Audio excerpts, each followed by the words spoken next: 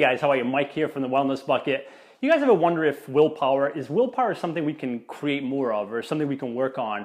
It's a question I've been getting a bunch lately, and it's probably because we're about 6-7 weeks into the new year. So I'm getting a lot of questions asking, hey man, how do I stay, on track? My willpower is running short. I can't, stick to the weight loss plan I'm on, or even the regular routine I'm on to work out. And the question is always like, hey, willpower, can we, is that something we can make better, if you will? And the question is, yeah, it's definitely something that can be worked on. And I actually want to reference an article. It was called "The 9 Things That Successful People Do Differently," it was Heidi Grant, and it was in the Harvard Business Review. I'll link it below. If you haven't read that, it's a phenomenal read. It was back in 2011. The article actually went viral. And number 7 on that list actually talked about willpower, how it's one of the definitely characteristics of succeeding. And willpower is definitely a must, and it can definitely be worked on. And I actually want to read something real quickly here that it says from that article. It says, and this is in reference to willpower, your self-control muscle is just like the other muscles in the body. When it doesn't get much exercise, it becomes weaker over time. This is talking about willpower. But when you give it regular workouts by putting it to good use, it will grow stronger and stronger and better able to help you successfully reach your goals. So it's saying, yes, it's absolutely possible to work on our willpower. But I want to get back to something it says here. When you give it regular workouts by putting it to good use, how do you do that? Right? Okay, that's great. It's possible to work on our willpower, but how do we do that? So there's 3 ways that I've actually been using myself, and it seems to be working, so I highly encourage you to utilize it as well. Number 1 is just realizing whether it's motivation or willpower, they're kind of the same.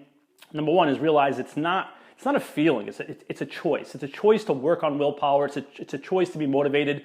So number 1, let's just make the distinction, willpower, motivation, call it what you will, it's a choice. It's an absolute choice. If we're waiting for that feeling to come along, we'll be waiting forever. So let's realize that willpower is a choice to work on it. That's 1. Number 2 is actually, I call it, playing the willpower game or mind game or whatever it may be. And when we do that, whenever we play the willpower game, it's just putting ourselves in positions where we actually work that willpower muscle, if you will. So for example, myself, whether it's getting up early in the morning to go work out, it's like I don't want to go, but I make myself get up. It's like that willpower muscle.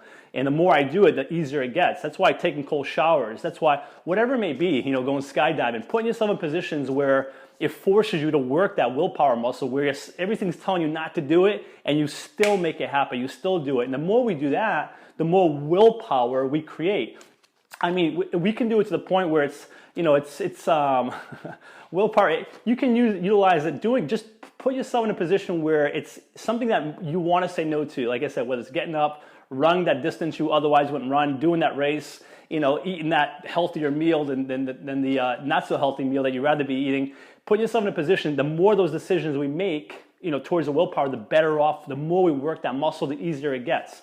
And number 3, this is the biggie. If we do number 1, number 2, number 3, this is where it really pays off. Number 3, I call it, creating a neurological pathway. It's like, what? It's like creating a neurological pathway. And what I mean by that is the more we exercise that willpower muscle, the more it just happens for us without us even realizing it. Let me give you an example, 2 of them actually. One of them is, you ever find yourself driving and you're just kind of daydreaming and you don't even know how you got from point A to point B because you were daydreaming the whole time, but somehow you got there? Well, that's because subconsciously, you've driven so many times, your mind you almost kind of know where you're going even though you're not paying attention.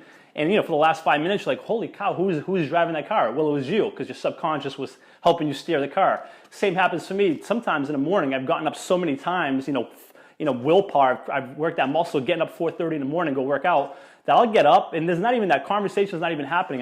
My body just gets me out of bed, and I'm actually getting my clothes, getting ready to go to the gym. Sometimes I don't even really, I'm still kind of sleepwalking, but it's just doing it for me. It's almost like on autopilot. Same thing goes for Toastmasters. I used to be scared big time to speak in front of a camera, in front of people, and the more I put myself in that position to willpower, just do it, and the more I did it, the better your nerves calm, the more you do it, the more you're able to do it. So again, it's exercising that willpower muscle, and again number 3 is creating that neurological pathway.